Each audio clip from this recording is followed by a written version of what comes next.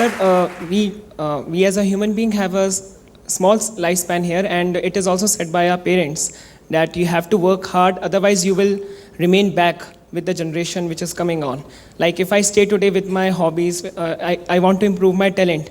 The people who are before me, like my next generation, like 4 years, juniors are there, they will come and supersede me. So sir, how can I enhance my talent when so much competition is there in the like workplace, so much competition is there in our job scenario? If you manage your time well, there is nothing that you cannot do it. You can pursue your career, you can pursue your hobbies, still you can sharpen your talents, your faculties, your everything. जिंदगी में एक principal आप याद रखिएगा सभी, जो आदमी ये कहता है अच्छा कल कर लेंगे, tomorrow never comes, it never comes. क्योंकि आज आपने कहा अच्छा कल कर लेंगे, जब कल आया तो फिर बोलेंगे कल कर लेंगे, तो कल तो आता ही नहीं ना, आप पीछे भागते रहो उसके, कल कभी नहीं आएगा. It is a time management issue what you are asking, but my short answer is yes, you can pursue your career, you can pursue your hobbies, yet you can sharpen your talents, you can learn more and more. Because my belief is that a person is student throughout his life. आज मैं आपके पास यहाँ आया हूँ, आप मेरे को सुनने के लिए आए कि आपको लगता है कि शायद आपको मेरे से कुछ सीखने को मिले, लेकिन मैं आपको बता के जाता हूँ सच में मैं हर जगह जहाँ भी जाता हूँ मुझे कुछ ना कुछ वहाँ से सीखने को मिलता है. Sir, the reservation system says, why the reservation system says no to the desire of the talented students? Why not stop reservation? मैंने ये रिजर्वेशन की जो बात हम कर रहे हैं, अपना इंसिडेंस बताता हूँ. जब वीपी सिंह की सरकार थी भारतवर्ष में, उन्होंने मंडल कमीशन रिपोर्ट को इम्प्लीमेंट किया, लागू किया. बहुत से स्टूडेंट्स ने अपने आप को जला के मार डाला. मुझे नहीं लगता कि आप लोगों में से बहुत लोगों को याद होगी ये बात, लेकिन फैकल्टी के लोगों को कुछ ज़रूर याद होगी, आप लोगों ने पढ़ा होगा. वो भी इसलिए उन्होंने अपने आप को जलाया, जिंदा जलाया कि वो रिजर्वेशन के खिलाफ थे, उनको लगा कि ये गलत हो रहा है. एक तो राजनीति है, लोगों की वोट की राजनीति जब तक इस देश में रहेगी, parliamentary democracy in the form of what we are running today, ये चीज़ें होंगी. पॉलिटिकल कंपल्शन जिनको हम रूप दे देते हैं. दूसरा ये भी एक सच्चाई है कि इस देश को आज़ादी मिलने से पहले बहुत सी जातियों को, बहुत से लोगों को, आज भी हमारे देश में, समाज में जन्म से किस जाति में पैदा हुआ इस बात की चर्चा करते हैं लोग. वो अभी भी सोशल इनइक्वालिटीज़ हैं हमारे समाज में. उस समय बहुत ज़्यादा थी.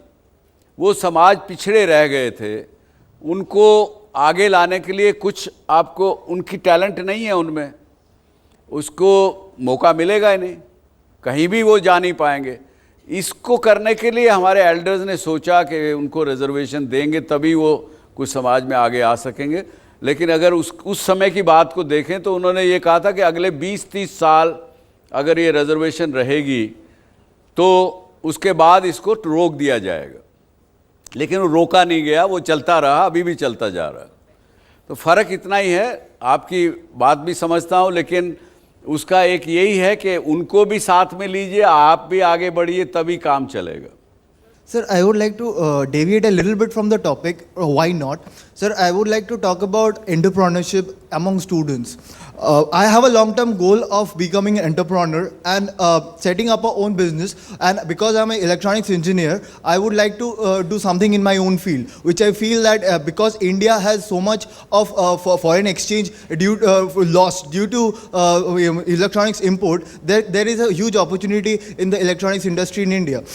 Sir, I would like to ask you one simple question, that is, a student like me who's just graduating and passing out, for them to learn entrepreneurship and to get some hands-on experience, what would you like to suggest to somebody like me? Being an entrepreneur,